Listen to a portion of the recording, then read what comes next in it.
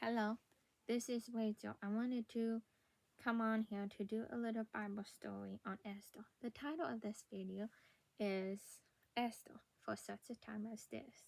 We will begin in chapter 4 of Esther in the King James Bible. When Mordecai perceived all the words that was done, Mordecai rent his clothes and put on sackcloth with ashes, and went out unto the midst of the city, and cried with a loud and bitter cry, and came even before the king's gate, for none might enter into the king's gate clothed with sackcloth. And in every province, whithersoever the king's commandment and his decree came, there were great mourning among the Jews, and fasting, and weeping, and wailing, and many lay in sackcloth and ashes. So Esther's maids and her chamberlains came and told it her. Then was the queen exceedingly grieved, and she sent raiment to clothe Mordecai, and to take away his sackcloth from him, but he received it not.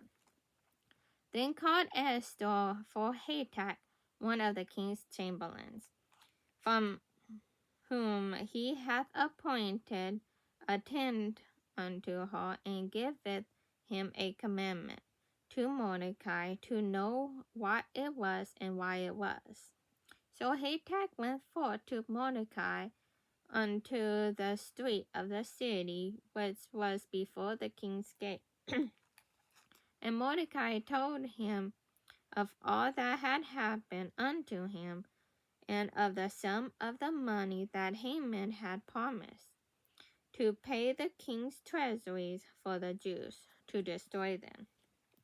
Also he gave him a copy of the writing of the decree that was given at Susan to destroy them, to shew it unto Esther, to declare it unto her, and to charge her, and she should go unto the king to make supplication unto him, and to make request before him for her people. And Hatak came and told Esther the words of Mordecai. Again Esther spake unto Hatak, and gave him commandment unto Mordecai. All the king's servants and the people of the king's provinces do know that whosoever, whether man or woman, shall come unto the king into the inner court, who is not called, there is one law of his, to put him to death, except such of whom the king shall hold out the golden scepter, that he may live. But I have not been called to come in unto the king these 30 days. And I told to Mordecai Esther's words. Then Mordecai commanded to Esther, think not with thyself that thou shalt escape in the king's house more than all the Jews. For if thou altogether holdeth thy peace at this time, then shall their enlargement and deliverance arise to the Jews from another place. But thou and thy father's house shall be destroyed. And who knoweth whether thou art come to the kingdom for such a time as this?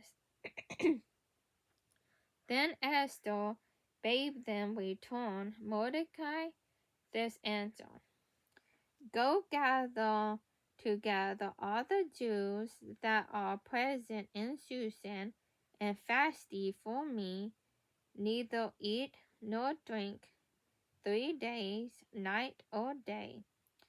I also and my maidens will fast likewise, and so will I go in unto the king, which is not according to the law. And if I perish, I perish. So Mordecai went his way, and did accordingly to all that Esther had commanded him. Now it came to pass on the third day that Esther put on her royal apparel and stood in the inner court of the king's house, over against the king's house, and the king sat upon his royal throne in the royal house, over against the gate of the house. And it was so, when the king saw Esther, the queen, standing in the court, that she attained favor in his sight. And the king held out to Esther the golden scepter that was in his hand. So Esther drew near and touched the top of the scepter. Then said the king unto her, What wilt thou, Queen Esther? And what is thy request? It shall be given thee to the half of the kingdom. And Esther answered, If it seem good unto the king, let the king and Haman come this day unto the banquet that I have prepared for him. Then the king said, Cause Haman to make haste, and he may do as Esther has said. So the king and Haman came to the banquet that Esther had prepared. And the king said unto Esther at the banquet of wine, What is thy petition? And it shall be granted thee. And what is thy request? Even to the half of the kingdom it shall be performed. Then answered Esther and said, My petition and my request is, if I have found favor in the sight of the king, and if it please the king to grant my petition and to perform my request, let the king and Haman come to the banquet that I shall prepare for them, and I will do it tomorrow as the king hath said. Then went Haman forth that day joyful with a glad heart. But when Haman saw Mordecai in the king's gate, that he stood not up nor moved for him, he was full of indignation against Mordecai. Nevertheless, Haman refrained himself, and when he came home, he sent and called for his friend and Jairus, his wife. And Haman told them the glory of his riches and multitude of his children, and all the things wherein the king had appointed him, and how he had advanced him above the princes and servants of the king. Haman said, Moreover, ye, Esther and queen, did let no man come in with the king unto the banquet that she had made, but myself, and tomorrow I am invited unto her also with the king. Yet all this availeth me nothing, so long as I see Mordecai the Jew sitting at the king's gate. Then said Jairus his wife, and all his friends unto him, Let the gallows be made of 50 cubits high, and tomorrow spake thou unto the king, that Mordecai may be hanged thereon. Then go thou in merrily with the king unto the banquet. And the thing pleased Haman, and he caused the gallows to be made. On that night could not the king sleep, and he commanded to bring the book of records of Chronicles, and they were read before the king. And it was found written that Mordecai had told of Bigtha and Teresh, two of the king's chamberlains, the keepers of the door, who sought to lay hands on the king Ahasuerus. And the king said, What honor and dignity hath been done to Mordecai for this? Then said the king's servants that ministered unto him, There is nothing done for him. And the king said, Whom is in the court? Now Haman was come unto the outward court of the king's house to speak unto the king to hang Mordecai on the gallows, and that he hath prepared for him. And the king's servants said unto him, Behold, Haman standeth in the court. And the king said, Let him come. So Haman came in, and the king said unto him, What shall be done unto the man whom the king delighteth to honor? Now Haman thought in his heart, To whom will the king delighteth to honor more than to myself? And Haman answered the king, For the man whom the king delighteth to honor, let the royal apparel be brought, which the king uses to wear, and the horse that the king rideth upon, and the crown royal which is set upon his head, and let his apparel and horses be delivered to the hand of the one of the king's most noble princes, that they may away the man withal whom the king delighteth to honor, and bring him on the horseback through the street of the city, and proclaim before him, Thus shall it be done to the man whom the king delighteth to honor. Then the king said to Haman, Make haste, and take the apparel and the horse, as thou hast said, and do even so to Mordecai the Jew, that sitteth at the king's gate. Let nothing fail at all that thou hast spoken. Then took Haman the apparel and the horse, and away Mordecai, and brought him on horseback through the street of the city, and proclaimed before him, Thus shall it be done unto the man whom the king delighteth to honor.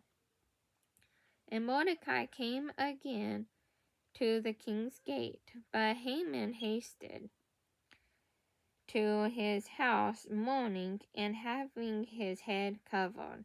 And Haman told Jairus his wife and all his friends everything that hath befallen him. Then said his wise men and Jairus his wife unto him, If Mordecai be of the seed of the Jews, before whom thou hast begun to fall, thou shalt not prevail against him, but shalt surely fall before him. And while they were yet talking with him, came the king chamberlains, and hasted to bring Haman to the bank that Esther had prepared. So the king and Haman came to the banquet with Esther the queen.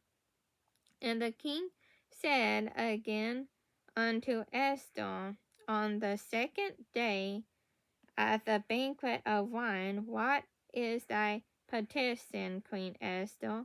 And it shall be granted thee. And what is thy request? And it shall be performed even to the half of the kingdom. Then Esther the queen answered and said, If I have found favor in thy sight, O king, and if it please the king, let my life be given me at my petition, and my people at my request.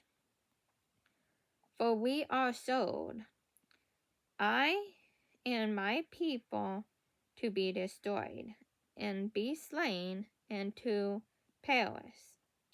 But if we had been sold for bondmen and bondwomen, I had held my tongue, although the enemy could not countervail the king's demands. Then the king Ahasuerus answered and said unto Esther the queen, Who is he that will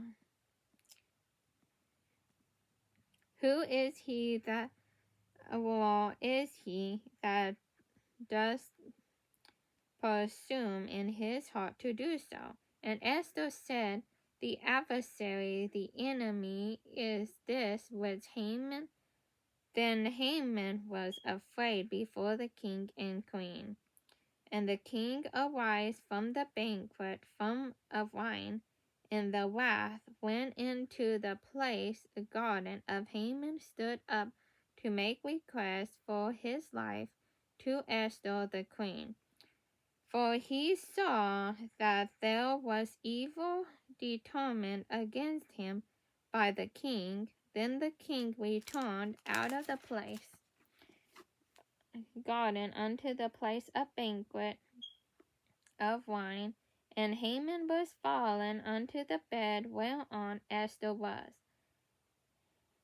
Then said the king, Will he force the queen also before me in the house? As the word went out of the king's mouth, they covered Haman's face. And Haron, one of the chamberlains, said before the king, Behold, also the gallows 50 cubits high, which Haman had made for Mordecai, who has spoken good for the king, standeth in the house of Haman. Then the king said, Hang him thereon. So they hanged Haman on the gallows that he had prepared for Mordecai. Then was the king's wrath pacified.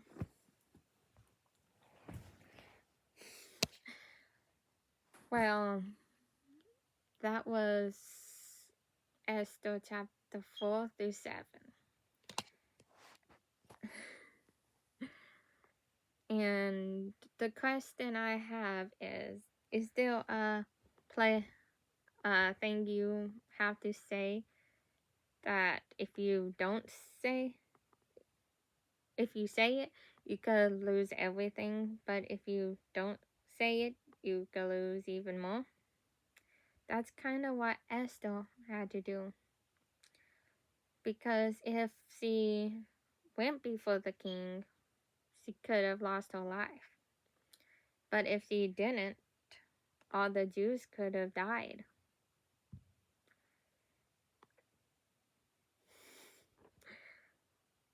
So